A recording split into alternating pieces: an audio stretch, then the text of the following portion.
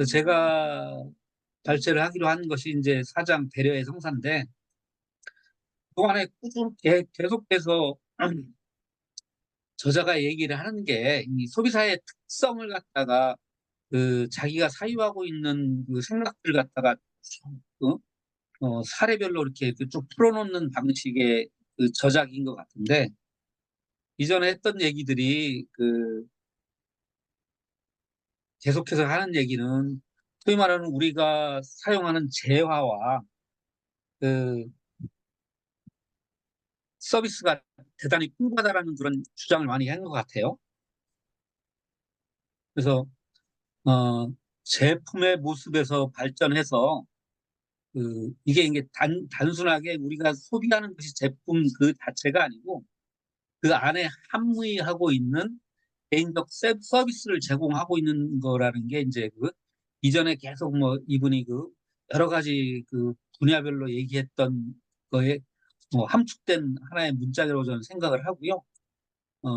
그러면서 그때 당시에 그 이게 이제 70년대 그 쓰여진 책이니까 1960년대 말에 프랑스에서 어 광고로 나오고 하던 뭐 여러 가지 사례들 갖다 쭉 그 얘기를 하더라고요. 뭐 기넥스 맥주라든가 담배 자판기라든가 화장 비누라든가 뭐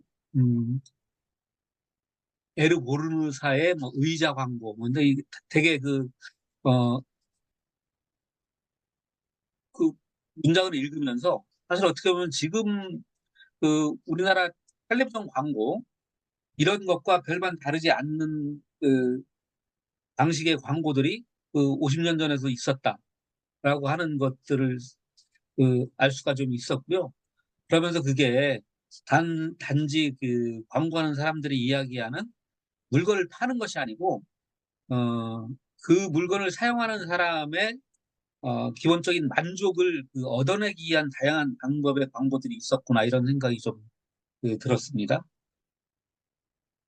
어, 그리고 이제 그 개성화된 개인 수당이라는 포괄적 이데올로기가 없으면은 그러니까 소비는 말 그대로 소비다. 뭐이 얘기는 그런 것 같아요. 그러니까 그 소비를 받아들이는 어떤 개인은 그 물건을 사용하는 그 자체가 아니고 그 속에서 얻는 자기의 어떤 개성들, 거기서 얻는 만족들 이런 거를 그 통칭해서 소비라고 한다. 이렇게 생각했던 것 같습니다. 그래서 아마도 뭐 프랑스라든가 다른 유럽 사회에서 이전에는 그 모더니즘이라고 하는 그런 시대에는 그냥 그 자본주의가 뭐 한참 발전하긴 했지만은 어, 어떤 그 개인적인 취향이라든가 개인적인 만족이라든가 개인적인 어떤 욕구 뭐 이런 것들과 그 생산되는 재화를 연결시켜서 생각하기보다는 단순하게 그런 경제적 논리로 많이 그 이야기를 했던 이야기를 했던 것 같아요. 근데 어, 이 저자뿐만이 아니고 뭐 포스트 모더니즘의 그 사회에서 이 약간은 뭐라고 그러나요? 여기 그 보니까 여기가 이제 이분이 그 속해 있었던 그 학문적 그 지대가 그 프랑크푸르트 학파라고 하는데 그 신마르크스주의 사회 이론가 집단들이 많이 주장했던 내용들이 소비와 뭐 재화와 뭐 이런 거 관련해서 자본주의 사회 안에서 그런 식으로 해석을 하고 있는데 이분이 가장 선도적으로 이렇게 했던 것라는 생각을 좀 하게 됐습니다. 그래서 이게 계속해서 그런 말의 반복인 것 같습니다. 지금의 소비는 단순한 충족이 아니라 개인적 위안의 따뜻함이다. 그래서 소비하는 것 자체가 물건을 쓰는 것이 아니다. 그리고 그 자기의 만족 그리고 자기의 어떤 과시 이런 것들이 소비 안에 함유되어 있다라는 이야기인 것 같고요. 근데 이제 예를 들어서 이런 표현, 그러니까 배려의 양지에서 피부를 태우고 있다. 이게 그 저는 영어나 프랑스를 잘 못하기 때문에 프랑스어 원본을 보면은 아마도 이거를 그대로 이렇게 그 서술해 놓지 않았을까 그런 생각이 들더라고요. 그러니까 아무리 나 이걸 갖다가 그 이전에 어, 이 저자가 했던 이야기와 이 문장이 그 뭐를 얘기하는가 대충 짐작은 가지만은 잘 이해가 안 되는 거예요. 그러다 보니까 책을 읽는 그 속도가 너무 좀 느리다는 생각을 좀 했습니다. 이해하는 데도 힘들고 그리고 또 함유하고 있는 거를 갖다가 그 알아내기도 힘들고 아무튼 그렇습니다. 그리고 다음이 사회적 이전과 모성적 이전이라는 것에 대해서 이야기를 하고 있는데요. 현대 사회의 공적 제도가 팁과 배려의 체제를 바치고 있다고 얘기를 합니다. 어, 그 일종의 그 사회적으로 보장되는 여러 가지 그 제도들, 그런 것들이 사실은 눈에 보이지 않지만은 이제 그런 것들이 그거의 하나의 종류가 사회보장 제도라고 하는데 그런 것들이 그 서비스되고 제공되는 이유 중에 하나는 그 계급 투쟁을 감소시키려고 하는 목적들이다. 뭐 당연히 어, 그 이전에 봉건사회라든가 이럴 때, 어, 그때 계급 사회와는 전혀 다르기 때문에, 어, 계급적으로 볼 때 대단히 이렇게 갖추지 못한 사람들의 계급 투쟁을 갖다가 억누르기 위해서 최소한의 사회적 그 보장 제도를 실현하고 있다라고 이제 보고 있는 거고, 그것도 일종의, 음, 그 소비의 하나의 또 다른 이면이다라고 얘기를 하고 있는 것 같아요. 그래서 은혜를 가장하면서 사실은 이윤을 숨기는 너그러움의 이데올로기에 의해 권력이 떠받쳐지고 있다. 이 얘기가 뭐 그 앞에 얘기랑 뭐 같은 얘기인 것 같습니다. 그래서 어, 통상적으로 그 물건으로서 보여지는 그런 그 재화뿐만이 아니고 인간들한테 그러니까 사회 구성원들한테 서비스되는 그 각종 제도들도 마찬가지로 그런 소비 하나의 일환이고 그 소비를 그렇게 제공하는 이유가 어, 그런 자본주의적 어떤 성격이 내포되어 있다라는 그런 의미를 얘기하고 있다라는 생각을 했습니다. 그게 그 왜 자본론에도 그런 얘기가 나와요. 그러니까 사회보장제도, 복지제도 이런 게 그러니까 진보 정치 세력에서 그거를 먼저 제안한 것 같지만 그 자본론에 보면은 오히려 그 업자들이 산업하는 사람들이 그 복지제도를 먼저 제안한 경우가 많대요. 그게 이제 노동자들이 그걸 어떤 이렇게 계급 차이나 소득 차이 이런 걸로다가 사회적 갈등을 일으키면 그게 오히려 자기네들 산업에 불리하기 때문에 사업하는데 계급 그걸 투쟁에 완화시켜주기 의해서 위해서 그 정부로 하여금 그 사람들한테 복지나 이렇게 그 사회적 보장 이런 걸 해주게 해서 안정하게 해야지 노동이 계속 공급이 되니까 그런 측면이 있다고 그러고 기본소득도 똑같더라고. 지금 우리나라에서는 기본소득이 마치 그 진보 쪽에 그 아이콘처럼 돼 있는데 사실은 기본소득을 먼저 유럽에서 제창한 사람들이 미국도 그렇고 오히려 그러니까 소위 공화당 그 알래스카 그 펀드 기본소득도 공화당 의원이 그거 제안해서 만든 거래요. 민주당 의원이 만든 게 아니라고 그러더라고. 그러니까 이게 상당히 전략적인 거죠. 이 지금 얘기가 그거 같아요. 예, 맞아요. 기본소득 공부하면서 나왔던 얘기들이 주로 뭐 예를 들어서 뭐 빌 게이츠라든가 네. 그러니까 현대 자본주의의 가장 먹이사슬의 가장 위에 있는 사람들 여러 명이 기본소득을 주장한다는 얘기를 많이 하지 않습니까? 일론 네, 머스크도 그죠? 기본소득을 예, 되게 찬성을 해요. 그죠? 예, 그러니까 예, 자기네들 기업이 유지되려면 예. 그 사회적으로 그 노동력이 공급이 되고 그 사람들이 또 소비가 일어나려면 구매력을 그 보장을 해줘야 되거든. 그래야지 산업이 돌아가는 거니까. 그래야지 기업이 그 자기네들도 물건 팔아먹을 때가 있지. 일부 부유층만 있어가지고서는 소비가 안 일어나죠. 음, 그래서 이게 은혜를 가장하면서 사실은 이윤을 숨기는 너그러움이 이데올로기에 의해 권력이 떠받쳐지고 있다라고 하는 이 문장이 바로 그런 것들의 이면을 지금 간파한 거죠. 예, 예, 그렇죠. 그 팁과 배려의 체제는 뭘까요? 그러니까 배려해 준다고 하는 게 지금 그 노동자들을 위해서 뭘 복지 정책을 한 것처럼 음, 그 팁도 그런 거의 하나라는 거죠. 어, 돈 있는 사람이 네, 그 노동자들에게 팁을 주잖아. 네, 네. 그게 상당히 뭐 배려하는 것 같고 은혜를 베푸는 것 같죠. 근데 그 사람들이 서빙을 해줘야 될 거 아니야. 그래야 내가 부자로서 가서 음식점에 가가지고 자유롭게 음식도 시켜 먹고 그 서비스를 받고 하지.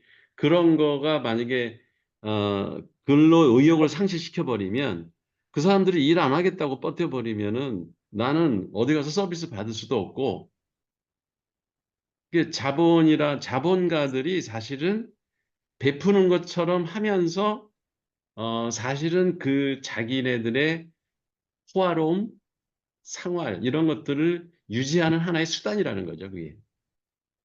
음, 근데 이제 마르크스가 얘기했던 그 이 계급의 모순이 격화되면서 그로 인해서 일어나는 그 계급 혁명 이런 그렇죠. 것들을 그 방지하기 위한 일종의 그 범퍼 완충 수단으로 이런 음, 거를 활용하고 있다. 이제 뭐 이런 시각이 50년 전 프랑스에서 했던 얘기고 맞아요. 실제로 그 한국에서는 그게 1980년대, 90년대 그 어, 많이 했던 얘기라고 생각을 하거든요. 그게 그 보면 한 30년 차이가 있는 거예요, 그러니까. 음. 우리, 우리는 팁이나 저런 부분들이 그렇게까지는 좀 더 야박했네요. 아니, 부자들이 좀 야박했네. 아니, 근데, 나는 사실 팁을 잘 못 주는데, 그, 왜 접대를 받으러 가잖아. 네. 그러면 그 접대를 하는 사람들은 되게 팁을 후하게 준다고. 그죠? 그래서 지금 한국에도 팁이 은연중에 있어요. 횟집이나 이럴 때 가면은 그 5만 원짜리 이렇게 쑥 뭐야 찔러주고 그런다고 그 서비스 하는 사람한테 되게 아, 이렇게 주방장이 나와서 막 쓸어주고 하면은 5만 아, 원짜리 딱 주고 그러거든. 그러긴 하네요. 예. 그게 사실은 일 열심히 하라는 거예요, 사실은. 약간 좀 음성적이어가지고 우리나라는. 아니 근데 일종의 그런 게 또 다르게 그 다른 그 다른 방식으로 또 서비스를 해줍니다. 그 받은 분이. 네.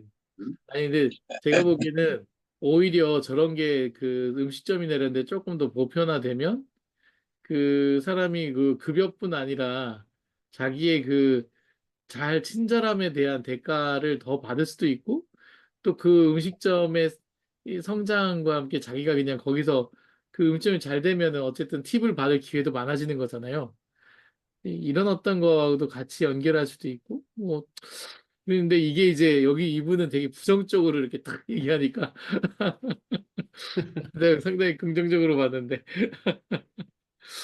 아이고 참 아쉽네요. 그, 그, 뭐 이어서 하면은 미소의 파토스라고 하는 그런 챕터에서 보니까요. 그 요한된 인간관계와 인간적 따스함이 소비되는 현상이라고 얘기를 하면서 이때 아무튼 여기에서 그 자주 언급되는 그 광고 중 하나가 TWA 항공이라고 있는데 지금도 있나 모르겠습니다. 좀 이게 이때 이 항공사가 프랑스를 대표하는 항공이었던 것 같아요. 가장 크고 그러면서 선도적으로 그 항공이 하는 광고들 그 안에서 저자가 그 소위 말하는 소비와 뭐 이런 부분에 대한 어떤 그 현상들을 좀 해석해내려고 또 인용을 좀 하고 있는 것 같아요. 그 또 여기 소피텔 리옹이라고 하는 그 호텔에서 하는 그 광고도 그렇고 이제 그 미소 속에서 그 감성에 호소하는 광고들에 대한 것들이 이때부터 많이 유행을 하지 않았나 이런 생각입니다. 그래서 저자가 이제 그 안에서 인간적 따스함이 소비되는 현상이 사실 자본주의 사회 안에서 그냥 재화뿐만이 아니고 그 재화가 소비되는 과정에서는 그런 것들이 나타난다. 이제 그런 이야기를 좀 합니다. 심지어는 이미 53년 전에 프랑스에서는 이런 그 뭐야 그 광고 뭐 이런 것들을 갖다가 제대로 하기 위해서 그 사회 심리학자를 그 기업에 그 고용을 해서 광고를 하게 하고 이제 이랬던 것 같아요. 그래서 그런 과정들을 쭉 설명하는 것이 미소의 파토스라고 하는 건데 이거는 뭐 그 이전에 했던 것과 그 다르지 않게 쭉 계속해서 그런 거를 얘기를 합니다. 그러니까 일반적인 재화 속에 있는 어, 또 다른 이면들 그 속에서 그 파토스를 얘기를 합니다. 어, 그리고 그 다음에 이제 영화 플레이 타임 또는 서비스의 패러디라고 하는 챕터를 보니까요. 그 기능적 서비스의 관계는 더 이상 폭력적, 유선적이지 않다. 이제 그런 말을 합니다. 그러니까 이게 제가 그 이해하기에는 처음에 좀 잘 이해가 안 됐어요. 근데 그, 두 개의 그 책과 하나의 어, 뭐죠 이게 이 영화 같아요. 플레이 타임이 그 하인의 훈령이라는 스위프트의 소설 그리고 플레이 타임이라고 하는 76년에 이제 개봉됐다고 하는데 이게 지금 저는 잘 이해가 안 가는 게 자크 타티라는 감독이 연출한 플레이 타임은 76년에 개봉됐는데 이 소비의 사회를 쓴 거는 70년이거든요. 그래갖고 이게 그 어떤 건지 잘 이전에 책으로 나와 있던 건지 뭐 그것까지는 제가 확인을 못했는데 그 속에서 하는 그거를 예로 들어서 봉건 시대의 하인과 주인 간의 그 관계라는 거는 결국은 대단히 그 서로 주고받는 그 서비스가 있었지만은 그 자체가 그 대단히 폭력적이고 그러니까 예를 들어 어, 위계에 의한 어떤 그 당연한 것 그리고 그 안에서 하인이 어, 주인한테 보이는 여러 가지의 어떤 그 미소나 뭐 이런 것들은 대단히 위선적인 것들이었다. 근데 어, 지금 현재 그 플레이 타임이라고 하는 것을 예로 들어서 하면서는 많이 변화가 됐다. 그 본본 그 사회와는 다르다. 이제 그런 얘기를 합니다. 어, 그 기능하게 된 인간관계라는 게 존재의 본질과 외관의 노골적인 윤리적 변증법에 완전히 해방돼서 관계의 체계의 기능성만을 담당한 인간관계가 수련했다. 이제 이 얘기는 그런 것 같아요. 그 뭐 여러 가지 인간관계 속에서 서로 관계하면서 소비하고 뭐 이러는 것이 지금 그 프랑스 그때 당시의 자본주의 사회에서는 이전과 다르게 그 뭐 여러 그 사회니까 이런 것이 아니고 그런 그 변주법으로 설명되지 않는 어, 그런 속에서 소비하는 사람들끼리의 커뮤니티 뭐 이런 그 과정에서 새로운 인간관계가 출현하지 않았나 그런 거를 설명하고 있다라는 생각을 했는데 저는 솔직히 말해서 그게 그 지금 현재와 그것과 어떤 관계인지 잘 이해가 안 가더라고요. 그러니까 50년 전과 지금이랑은 약간 좀 다르지 않은가. 그러니까 그 글을 읽는 과정에서 50년이 지났기 때문에 훨씬 더 자본주의 사회가 발전하고 사람과의 어떤 관계들이 그 변화된 측면이 있기 때문에 이게 바로 그렇구나 이렇게 긍정되거나 이해하거나 이러지는 못했습니다. 어떤가요, 교수님? 지금 그게 볼 때? 그런 것 같아요. 그러니까 인간관계가 기능화됐다. 음, 인간관계가 그러니까 이제 주종 관계, 이렇게 노예와 주인의 관계라고 하는 사회적 그렇게 이미 정해져 있는 위계 질서가 있잖아요. 그런 거에 의한 인간관계가 아니라 이제는 네가 돈을 주니까 내가 서비스한다. 그러니까 지금 왜 기업에서 일하는 사람과 그 CEO와 간의 관계를 생각하면 쉽게 이해가 될 거예요. 옛날에는 내가 너를 그러니까 현대에서 맨날 무슨 파업이 일어나는 게 그 그게 이제 90년대 그런 얘기들이 많이 있었어요. 대우와 이제 현대의 큰 차이가 뭐냐면 현대에서 자동차에서 계속 파업이 일어나는 게 정주영 회장 이 사람이 태도가 너희 새끼들 내가 힘들 때 고용해가지고 너희들 식구들 다 먹여 살리고 나 때문에 먹고 사는데 무슨 파업이냐 그렇게 대응을 한대요. 음, 정주영은. 근데 그때 김우중은 가족이다라는 이렇게 저걸 표어를 내걸고 우리는 다 같은 한 식구다. 그러니까 서로 도와가며 상부상조하는 관계에서 일을 하는 거지.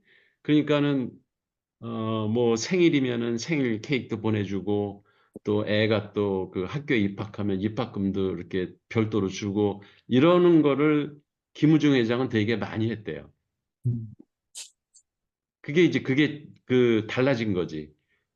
그러니까 옛날에 봉건제 사회에서 주종 관계로 이미 설정된 사회적 위계 질서 속에서 너는 노예, 나는 주인 이게 겉으로 보이는 어떤 변증법적 관계라면 현대 사회는 그게 아니라 아, 사장은 종업원들이 노동이 필요해서 내가 임금을 지불하고 계약 관계고 그러니까 기능적 관계가 되는 거죠. 인간관계라는 게. 일하는 사람도 내가 왜 니한테 종속이 돼야 되느냐? 나는 당당하게 내 노동을 제공하고 급여를 받는 그런 계약 관계에 불과하다. 이렇게 사람들이 받아들이는 거죠. 그렇게 바뀌었다는 거예요. 예, 다음 챕터 이제 광고와 증여의 이데올로기라고 하는 챕터에서는 사실 이제 광고의 사회적 기능이 증여, 주고 그게 그 대가가 있는 게 아니고 무료이고 또 서비스 등의 이데올로기와 똑같은 경제 외적인 시각에서 이제 파악을 해야 된다고 하는 겁니다. 아, 그래서 광고의 경제적 효용에 의문시 되는 시대가, 그러니까 예를 들어서 어, 위에서도 계속 제가 얘기를 했지만은 이전의 광고들은 그냥 제품을 소개하고 그 제품을 파는 제품의 특장점을 얘기를 해서 파는 뭐 이런 광고였던 것 같아요. 근데 1960년대 프랑스는 이런 광고의 경제적 효용뿐만이 아니고 사회적 효용성 그리고 인간의 어떤 만족 뭐 이런 거를 광고에 집어넣는 그런 시대였던 것 같습니다. 그러면서 이게 이제 광고와 증여의 이데올로기라고 하는 그 단어로 이렇게 함축해서 저자가 얘기를 하고 있는데, 그러니까 광고의 사회적 기능이라는 것이 이때는 강조가 됐다고 합니다. 옛날 귀족들이 인민들에게, 그러니까 주민들에게 축제를 베푼 것처럼 대기업의 비호 아래서 이데올로기적으로 통일된 사회 조직을 정비하는 것이 일종의 광고 행위라고 저자는 파악을 하고 있는 거예요. 그래서 이 광고의 발전이 자본주의의 발전, 그러니까 자본주의 이데올로기의 발전과 이제 맞물려 있다고 생각을 하는 것 같아요. 그래서 그런 표현을 했더라고요. 광고의 교활함은 도처에서 시장의 논리를 카고의 주술로 대체하는 것이다. 그러니까 카고의 주술이라는 게 그 미개인들이 꿈꾸는 아주 완벽하고 기적적으로 그 풍부한 상태, 그거를 이야기를 하는 것 같아요. 그래서 그 굶주리거나 아니면 부족한 어떤 그 계급한테 광고를 통해서 너는 풍부해, 아니, 너는 뭐 부족함이 없어, 이런 거를 주입하려고 하는 이데올로기가 광고에 심어져 음. 있다. 이렇게 음. 주장하는 것이 저자의 그 이야기인 것 같습니다. 계속 뭐 이어서 쇼윈도도 이제 마찬가지입니다. 전 사회가 균일화되는 그 사회 작전, 커뮤니케이션 및 가치 공유, 그 교환이 이루어지는 장소가 이제 쇼윈도라고 보는데, 그거는 소비하는 사람과 생산하는 사람의 어떤 접점이 되는 장소이기도 하고, 그리고 개인과 사물 간의 커뮤니케이션이 아니고 개인들 서로 간의 커뮤니케이션이 그 안에서 이루어진다라는 거죠. 이건 뭐 요즘 사회도 통상적으로 어, 쇼윈도 안에서 그 보여지는 어떤 그 패션의 유행이라든가 이런 것들이 그 개인들 간에 이루어지는 일종의 그 유행, 이런 걸로 연결되는 거라서 어 그때 지금 그 저자가 이야기하는 것과 지금 현재의 상황과는 뭐 거의 같다고 생각을 합니다. 그리고 가치 형상의 사회적 과정이 누구의 눈에도 분명하게 되는 장소다. 이제 이게 그 마찬가지로 그 뭐 쇼윈도의 그 패션이 그해 패션을 뭐 주도한다, 뭐 이제 이런 그 이야기들이 있지 않습니까? 음. 그리고 특별하게 예를 들어서 특정한 장소에 있는 뭐 호텔의 그 명품샵에 있는 쇼윈도에 그 전시한 그 어떤 특정한 제품이 전 세계적으로 유행하게 만드는 그런 의도들도 있었고, 이제 그래서 그 안에서 이루어지고 있는 그 인간들과의 관계가 쇼윈도 안에서 좀 이루어지고 있다. 그걸 표현을 하고 있는 것 같고요. 치료하는 사회라는 거는 기본적으로 그 자본주의 사회에서는 그 자본주의를 끌고 가는 모기사슬 위쪽에 있는 사람들은 이 사회 자체가, 그리고 사회를 살고 있는 대중들이 병든 사람들이다. 문제가 있는 사람들이다. 그래서 전문가적 진단이 필요하다고 계속해서 주입하는 하고 있다. 주장을 합니다. 그거는 뭐 그런 주장은 다른 게 아니고 사실은 그 전문가들의 이익, 혹은 또 그 전문가들을 고용한 자본의 이익을 위해서 계속해서 그런 내용들을 주입하고 있다라고 그 저자는 이야기를 합니다. 다시 말해서 사회는 병들어 있다라는 거는 그 영향력 있는 자비로운, 그러니까 이 자비로운 사람들이라는 게 결국은 그 자본주의 사회에서 지배 계급을 얘기를 하는 거겠죠. 네, 그렇게 저자는 이야기를 하고 있고요. 근데 어, 왼쪽고 옆쪽고 다 하는 것 같아요.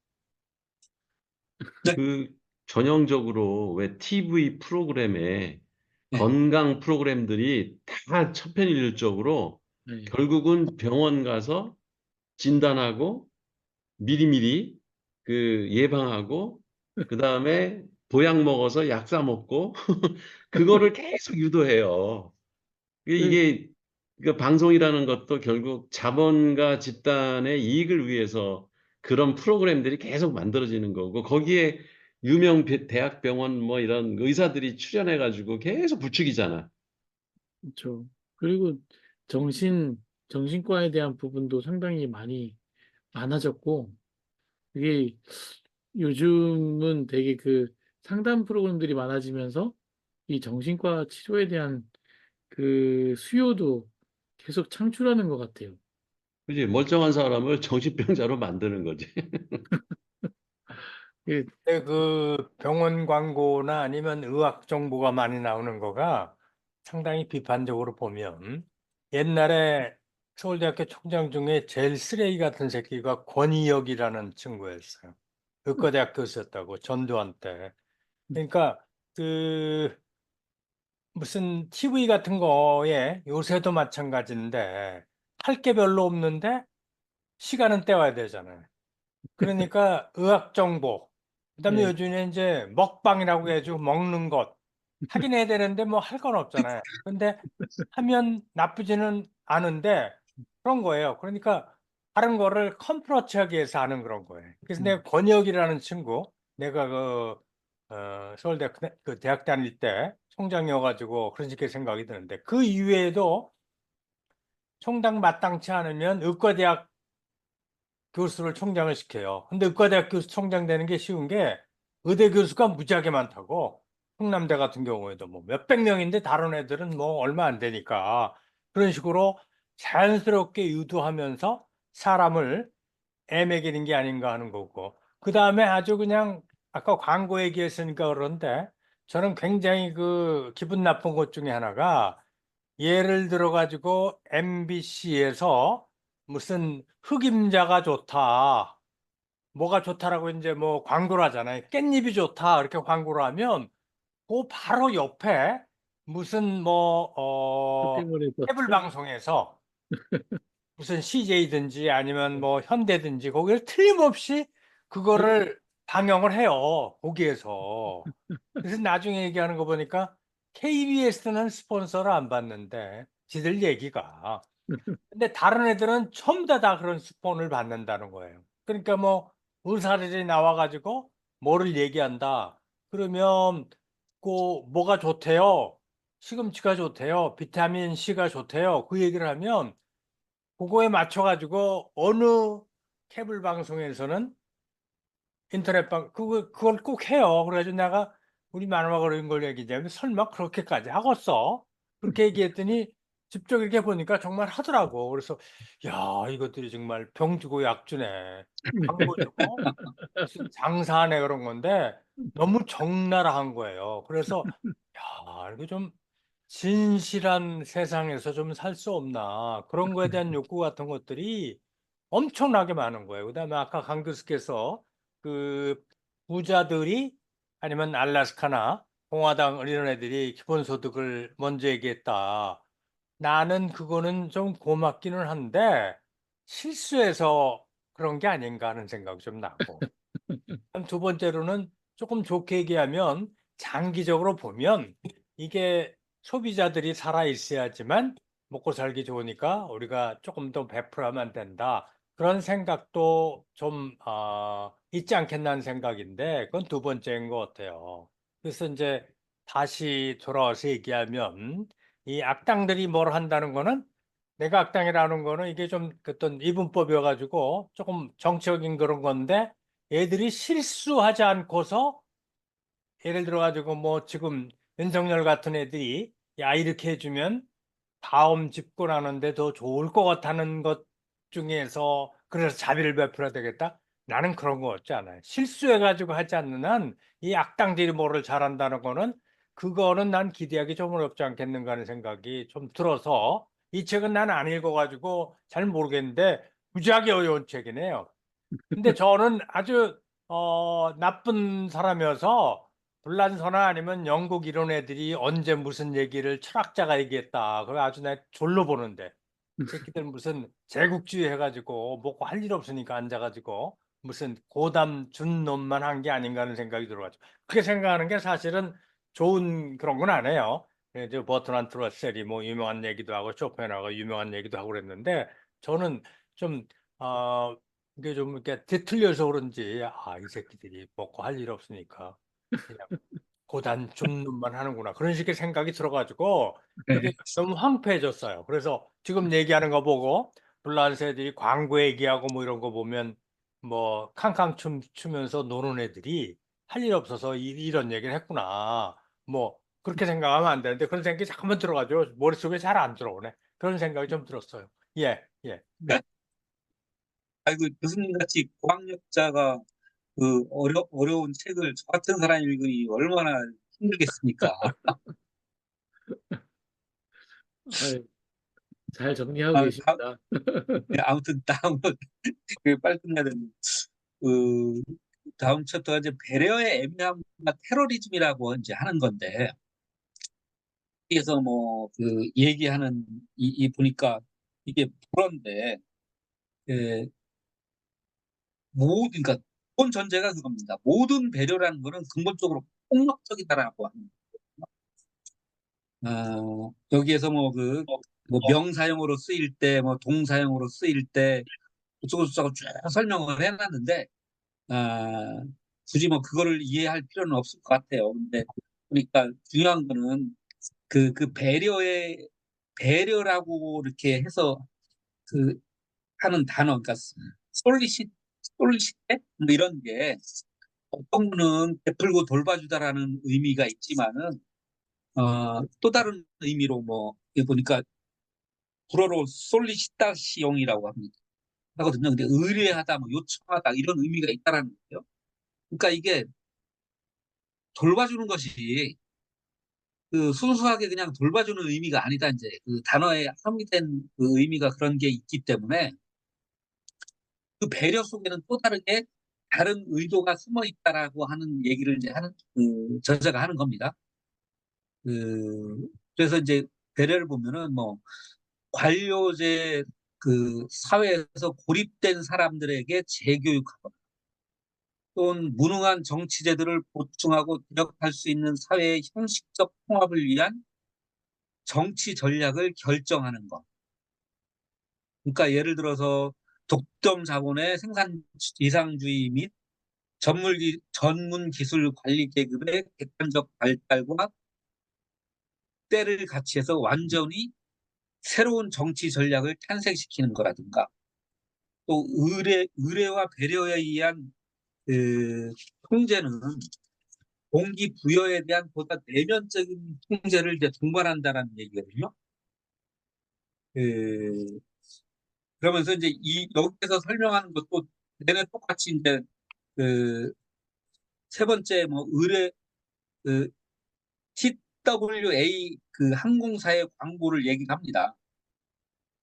어, 실제로는 그 안에서 배려하는 듯이 보이지만은 그 안에 내포하고 있는 그 것들 중에서 그 중요한 거는 무언가 그거 안에서 끌어내려고 하는, 얻어내려고 하는 것들이 다 함유돼 있다. 그런 측면을 그 이야기를 하는 것 같은데 아주 장황하게 설명을 했는데 그 제가 이해하는 그 논거는 딱 그겁니다. 넘어가겠습니다. 그리고 이제 사회 측정학적 융통성. 이건 도대체 잘 이해를 저는 못하겠더라고요. 쭉 읽으면서도 그 이 저자가 얘기하려고 하는 것이 뭔가 이런 걸 볼 때 그냥 여기에 정리해 놓은 거는 그중에서 가장 핵심적인 문장인 것 같아서 좀 제가 써놓은 겁니다. 소비, 지출, 유행 등의 활동 및 그것을 통한 타자와의 커뮤니케이션이 현대의 사회 측정학적 퍼스널리티 중심 중에 하나다. 근데 이건데 그 이 저자는 이제 개성에 대해서 얘기를 하는 것 같아요. 그러니까 뭐 사회 측정학적으로 볼 때 이제 그 개성에 대해서 말을 하는데 이게 하도 말을 꽈놔가지고 이해하기가 힘든데요. 한 문장으로 정리하면은 그 이 책에 있는 내용입니다. 그거를 타자와의 교차점에 존재하는 것이 퍼스널리티, 즉 개성인데 자기의 자기애의 타자의 내재화와 자기애와 자기 내재와의 제한 없는 상호 관계의 과정에 따라서 사회적 지위에 관한 모든 행동을 지배한다라는 건데 이게 뭐 그 소비 영역을 갖다가 이제 그런 식으로 얘기를 하는 것 같아요. 내가 다른 사람으로 뭐 뭐라고 그러나요? 그걸 이렇게 역지사지로 해보는 것 그리고 다른 사람이 나로 역지사지로 해보는 것 이런 그 과정들이 그 개성화의 어떤 단계다, 뭐 과정이다 이런 얘기인데 제가 얘기를 하면서 무슨 얘기하는지 잘 모르겠어요. 그러니까 이게 읽으면서도 이게 도대체 뭔 일하는 건지 응? 잘 이해가 안 됐습니다. 교수님 좀 정리 좀 해주시겠어요? 이 사람이 번역을 잘못해서 이렇게 힘들게 해요. 사회 측정학이라는 건 없어요. 계량 사회학이라는 게 있어요. 여기 원어가 소시오메트릭이거든요. 그 심리학에도 보면은 그 사이코메트릭스라는 게 있어. 사이코메트릭스. 그 너널리드 사람이라 아주 유명한데 그게 그 우리가 설문지 만들 때 어 그 사회 그러니까 계량 심리학적 방법론에 따라서 우리가 설문지를 만들어야 인간의 마음속에 뭐가 들어 있는지를 측정할 수가 있어요. 그게 이제 전부 통계 이론이거든요. 그러니까 여기서도 사회 계량 사회학이야, 계량 사회학. 그러니까 측정을 해서 사회 현상을 파악하는 학문이 이제 계량 사회학인데 이게 사회 측정이라는 건 없고 거기서 이제 그 계량 그러니까 하려고 하는 게 그런 거죠. 개인이 갖고 있는 특성 이런 거를 파악하려면은 질문해야 되잖아요. 설문지 만들어서. 그래서 측정하려는 이유가 뭐냐? 그것도 결국은 인간들의 심리에 어떤 내재되어 있는 욕구나 욕망 이런 것들을 알아내서 거기에 맞는 그 상품이나 서비스를 제공해 가지고 물건을 팔아먹겠다는 거다 이거지. 그 얘기예요.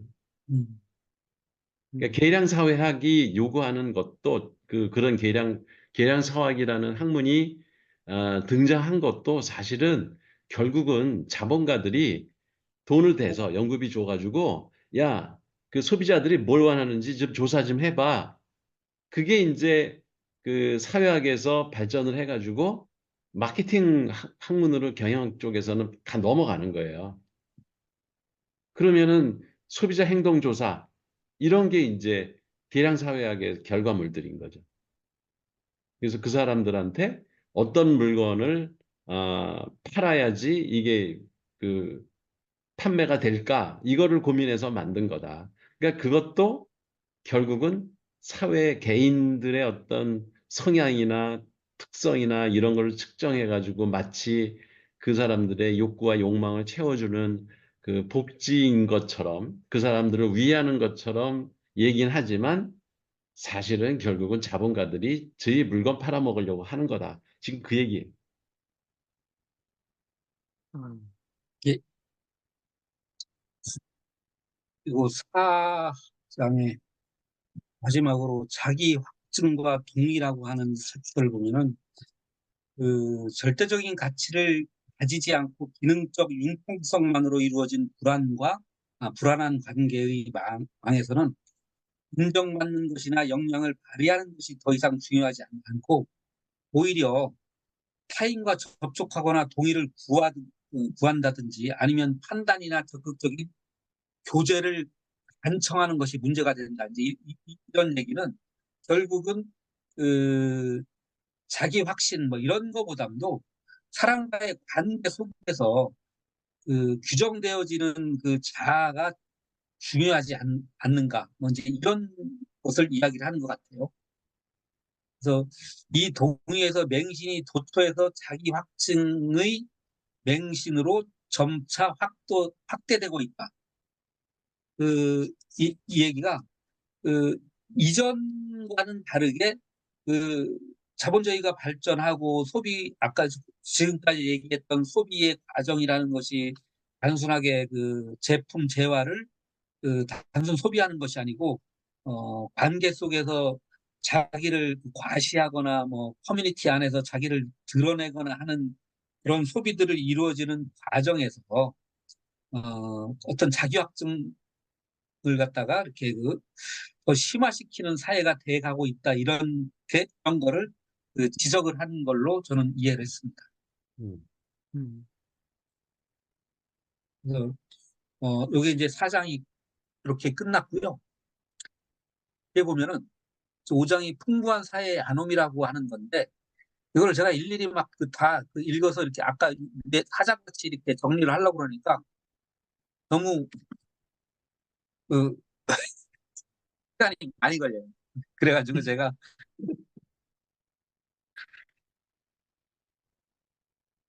네. 이거는 그 블로그에서 5장을 정리해 놓은 그 5장은 제 얘기 들립니까? 아, 네네, 들립니다. 예, 소리가 끊어졌다 붙었다 예, 하긴 하는데. 네. 예, 예, 예. 아유, 제 화면에 인터넷 연결이 불안정합니다. 그렇게 계속 떠가지고. 음, 그래서 목소리가 들렸다 안 시간도 들렸다 그렇고 그래요. 했는데 이거는 그래요. 그 한번 그 제가 카톡방에 올려놨으니까 한 읽어보시는 걸로 5장은 좀 대신했으면 좋겠습니다. 음, 그 5장에 대해서 교수님이 간단하게 설명을 좀 해주시면 더 도움이 될 것 같고. 나도 5장은 안 봤어요. 아, 그래요? 이 이게 5장 뭐, 근데 GTP에다가 타이틀만 쫙 보면 올려놓고 이거 요약해가지고 정리해줘라. 그러면 그런 걸 해주지 않나요? 저는 예, GTP를 한 일주일 전에 했는데 야 이런 거를 왜 이때껏 몰랐나 그래가지고 요즘에 아주 굉장히 쇼크를 많이 먹는데 어쨌거나 뭐 안 되는 게 없대요. 뭐 굉장히 잘하는 거는 아닌지 모르지만 아무튼 뭐 지금까지 안 될 거라고 생각했던 게 거의 다 되더라고요. 그래가지고 야 이거 참 엄청나다 그래서 생각이 좀 많이 드는데 그러니까 이런 정도는 여기다 집어넣어가지고 뭐야 이거 뭐 세 가지로 요약해 주세요. 그러면 금방 알아들어가지고 할 것 같은데 예를 예, 근데 맞습니다. 이게 한글 원문을 넣으면 얘도 못하고요. 예. 그 워낙 이게 엉터리로 지금 번역을 한 게 아, 많아가지고 아, 아. 이게 영문판이 있어요. 음, 음, 그 음. 미국에서 이제 출판해 놓은 그래서 PDF로다가 우리 그 카톡방 위에 올라가면 있거든요. 예. 그거를 얘한테 오히려 번역해가지고 요약해라 하는 게 챗GPT가 훨씬 잘하죠. 그게 나아요. 이게 한국말 집어넣으면은 이게 엉터리 문장을 가지고 그럴 수 있겠네. 데이터 이상한 자체가. 소리를 할 수가 있어요. 근데 이 번역하신 분이 그 한국에서 모 대학의 사회학과를 졸업하고 그 대학원도 사회학을 졸업하고 나서 프랑스로 유학 가서 사회학을 하고 사회학자가 된 게 아니고 번역가가 됐더라고요. 근데 사회학을 열심히 하실 분이 아닌 것 같아요. 그래갖고 그 번역 네. 자체가 그냥 직역이 되는 것 같아요. 그래서 직역이 됐어요. 보니까 그 용어나 이런 게 경제 용어 이런 것도 잘 모르는 사람이에요. 네. 근데 뭐 책이 이거밖에 없으니까 읽을 수밖에 없는데 하여튼 되게 그 번역을 잘못했어요. 근데 이제 넘겨짚으면 무슨 소리 하는지는 알겠어. 그러니까 5장이 그거지 뭐. 이게 앞부분에서도 나왔는데 에, 그 우리는 풍요로운 사회라고 이게 풍부한 사회가 아니라 이게 풍요로운 사회예요. 풍요로운 사회. 그러니까 자본주의가 발전하면서 어느 나라나 특히 이제 선진국, 경제 선진국들, 뭐 프랑스도 그때는 선진국이었죠. 영국, 독일, 이탈리아, 뭐 미국, 일본 이런 나라 그러니까 그러니까 자본주의에서 선진국이라고 하는 나라들은 풍요롭다고 모든 국민들한테 소비자들한테 강요합니다. 풍요롭다고. 근데 이제 아노미는 에브노말이잖아요. 이게 에브노말. 비정상적이다 이거지. 풍요한 사회의 아놈이라는 말이 풍요로운 것 같지만 비정상적이다. 지금 그 얘기를 이제 막판에 하는 거예요. 그래서 어, 그 아까 이제 쇼윈도 얘기도 나오고 이제 백화점에 물건을 이렇게 쌓아놓고 파는 거 이런 것들이 거기 현장에 가면은 뭐 자동차도 그렇잖아요. 자동차 쇼에 가면은 온 세상이 자동차로 덮여 있는 것 같아요. 엄청나게 자동차가 풍부한 것처럼 보여요. 그렇잖아. 그 야적장에도 가보면은 내 차는 아니지만 하여튼 수만 대의 차가 그냥 쫙 그 선착장에 이렇게 기다리고 있다고. 이게 풍요롭게 보여요. 그리고 저 할인마트나 이런 데 가면은 막 산더미처럼 그런데 물건을 쌓아놓고 팔잖아. 네. 되게 풍요롭게 느껴요. 그래서 얼마든지 물건은 있다라는 거를 이 자본가들은 계속 그렇게 사람들한테 인식을 시키려고 하죠. 풍요한 사회라는 거를. 근데 그게 다 내게 아니죠. 개인적 입장에서는. 나는 그거를 내 돈 주고 사야지만 내 거가 되는 건데 그 풍요로운 사회 속에 나는 살고 있다고 착각을 하게 만들어요. 그래서 네가 그 소비를 하는 게 이건 하나의 머스트다. 이렇게 물건도 많고 풍요로운데 왜 너는 소비를 안 하니? 이렇게 얘기하는 거예요. 자본가들은. 음, 근데 개인 입장에서는 그건 내 게 아니지 사실. 내가 돈이 있어야지 내 거가 되는 건데 그거를 계속 강요하는 그런 사회 구조 속에서 우린 살고 있으면서 소비를 강요당하고 있다. 이게 이 사람이 하고 싶은 말이에요. 이 책 전체를 통해서. 폭력이라는 거지, 그것도.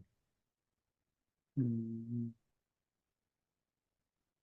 어, 그리고 당연히, 이 더 웃기는 거는 곳곳에 이제 이런 문장들이 나오는데 이게 고위층, 그리고 고소득, 돈 많은 사람들은 그 올가미에서 잘, 뭐랄까, 벗어나요. 그런 사회적 구조의 소비, 그 강요하는 거를 그냥 우습게 생각해버려. 그리고 자기네들이, 어, 소비하고 싶은 것만 아주 명품만 소비해버려. 근데 저소득층, 하급 계층일수록 그런 사회가 더 씌워놓은, 자본가들이 더 씌워놓은 사회 구조, 소비를 강요하는 구조에서 놀아나요. 더. 아까 그 여가도 그렇잖아. 여가도 시간 두고 소비하는 건데 그것도 정말 돈 많은 사람들은 그냥 자기가 문 닫아놓고 그냥 장기 여행 가가지고 막 두 달, 세 달 아니면 1년씩 가서 놀아요. 시간 구애 안 받고. 근데 이 저소득 계층은 그 휴가 기간 일주일, 이주일 그 시간을 그냥 빡세게 보내려고 막 그 피서지, 막 바캉스 이런 데 가가지고 독작되는 데서 땀만 뻘뻘 흘리고 고생 죽살나게 하고 온다고. 그리고 자기는 그런 사회 구조에 내가 일원이 됐다는 거를 자랑스럽게 생각하고 만족해야 하고. 그건 다 사회가 덧지어오는 하나의 틀 속에서 내가 놀아난 건데 그런 의식을 갖기보다는 나는 할 바를 다 했다. 가족들한테 바캉스 제공했다.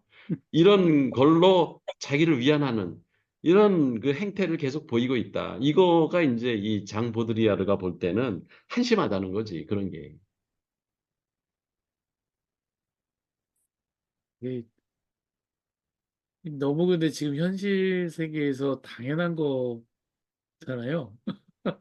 그렇죠. 당연하다고 생각하고 우리가 소비하고 옷도 사 입고 그다음에 저번에 왜 몸도 왜 네, 그, 그렇죠. 뭐야, 그, 다이어트 하고, 어디 피트니스 센터 가서 운동하고 하는 것도 몸을 하나의 상품화 해가지고 팔아먹으려는 자기의 몸 가치를 높여서 그런 게 소비 심리가 작동한다. 이런 얘기를 하잖아. 그러니까, 어, 자기는 열심히 사는 것 같은데 사실은 사회 구조가 씌워놓은 덫에서 못 벗어나고 그 안에서 그 놀아나고 있다. 이런 거를 이 사람이 비판한 거죠. 야, 근데 이게 참, 이 책을 읽으면서 느끼는 바는 지금 우리 지금 그 대한민국의 많은 그 소비 형태가, 지금 사실 이제 그 3만 불, 그 GDP 3만 불, 이 시대가 오면서 어쩌면 프랑스가 그 겪었던 그 고소득 그의 어떤 지금서 오는 것 같아요. 네, 비슷한 어떤 소비들이 최근 한 10년도 안 되죠. 한 6, 7년 정도 사이에 많이 증가하는 것 같거든요. 의식도 많이 바뀌고. 음. 근데 이 너무 그 당연하게 받아들이는 이런 것들을 비판한다면 그러면 어디를 지향하고 있는 걸까요? 이분은 그래서 그 알고 써라라는 얘기인지 아니면 거기서 벗어나라는 건지 이 좀 목표가 조금 애매하네요. 그러니까 소신껏 살아라지. 그런데 노란하지 말아라. 음, 근데 이때 그러니까 1960년대 후반이니까 네, 지금으로부터 50년이 훨씬 넘은 뭐 5, 60년 전에 이 자본주의 프랑스 자본주의 그 구조랑 지금이랑 별반 그 구조 자체는 크게 달라지지 않았는데 훨씬 더 복잡해지고 다변화되고 해서 사실은 이때는 조금 뭐라 그럴까요? 그 이렇게 딱 구분되어지는 것이 있었는데 지금은 어, 오히려 훨씬 복잡하고 그러니까 내가 피지배 계층인지 혹은 뭐 어떤 건지 이런 것도 잘 모르고 지내는 분들이 많고 또 그런 부분에 대해서 전혀 신경 쓰지 않는 사람들도 많고 그러니까 오히려 그때보다 훨씬 더 어려운 것 같아요. 그렇죠? 그게 그만큼 그 자본주의가 진화한 거 아닌가. 그러니까 그런 생각이 들더라고요. 정신 똑바로 차리고 살아야 되네요. 맞아요. 이게 소비자 운동 하라는 거야. 소비자가 자기네들이 주도하는 그 사회가 돼야 되는데 생산자들의 그 프레임에 갇혀서 소비자들이 놀아나고 있다. 그러니까 정신 차려라. 그렇지 않으면 쟤들은 끊임없이 전략적으로 당신네들한테 광고하고 마치 배려해주고 베풀고 무슨 낙수 효과가 있는 것처럼 그 그러니까 인류를 구원하는 제약회사 광고가 그러잖아. 인류를 구원하는 것처럼 하지만 걔들이 무슨 인류를 구원해. 약 팔아먹고 돈 벌려는 거지. 그런 그 본심을 좀 꿰뚫고 살아라. 이 사람은 그러는 거예요. 음, 근데 저는 이 책 읽으면서요 그런 생각을 좀 했거든요.